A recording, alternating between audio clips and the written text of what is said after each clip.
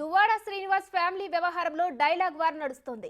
మాధురి వల్లే తమ కుటుంబంలో ఇబ్బందులు వచ్చాయని శ్రీనివాస్ భార్య వాణి చెబుతుంటే తమకేం సంబంధం లేదని మాధురి చెబుతున్నారు.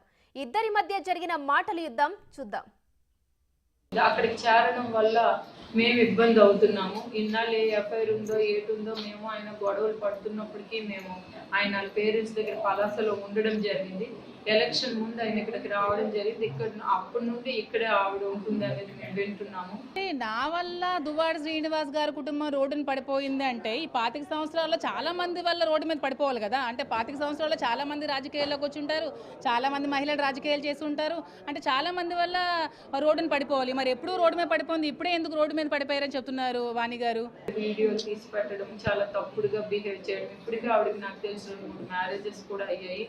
అలానే ఆవిడ ఇల్లీగల్ అఫైర్సే కాకుండా ఆవిడ వృత్తే అది చాలా దారుణంగా దాని మీద పబ్బం గడుపుకుని డబ్బులు గడించుకునే తత్వం ఆవిడ. కాబట్టి మేము పిల్లలు మేము కూడా ఇమీడియట్గా అలాంటి పనులు ఇక్కడ చేస్తే మా లైఫ్లు డ్యామేజ్ అవుతాయని ఒక ఆలోచనతోనే పిల్లలు నేను వెళ్ళి అక్కడ వాళ్ళ ఫాదర్తో మాట్లాడదామని చెప్పడం జరిగింది. అయినా ఆయన బయటికి రాకుండా లోపల ఉండిపోయి పిల్లలకు రోడ్డు మీద పెట్టడం జరిగిందండి.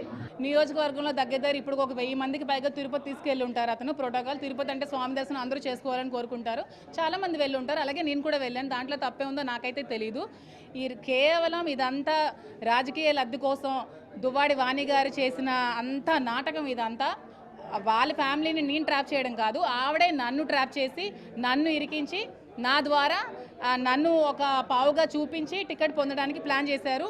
అది ఫెయిల్ అవ్వడంతో ఇప్పుడు రోడ్లు ఎక్కి నానా గందరగోళం చేసి ఫాల్స్ ఎలిగేషన్స్ చేస్తున్నారు. ఇది ఆయన సొంతూరు కాదు, ఇది నా ఫాదర్ రాఘారావు గారి నుండి మేము పొలిటికల్గా మా తాత లక్ష్మీపతి గారి నుండి మేము ఇక్కడ రాజకీయాలు చేస్తున్నాము. 100 ఎకరాల ఆస్తులు అమ్ముకొని మేము విలువలతో ఉన్నాము.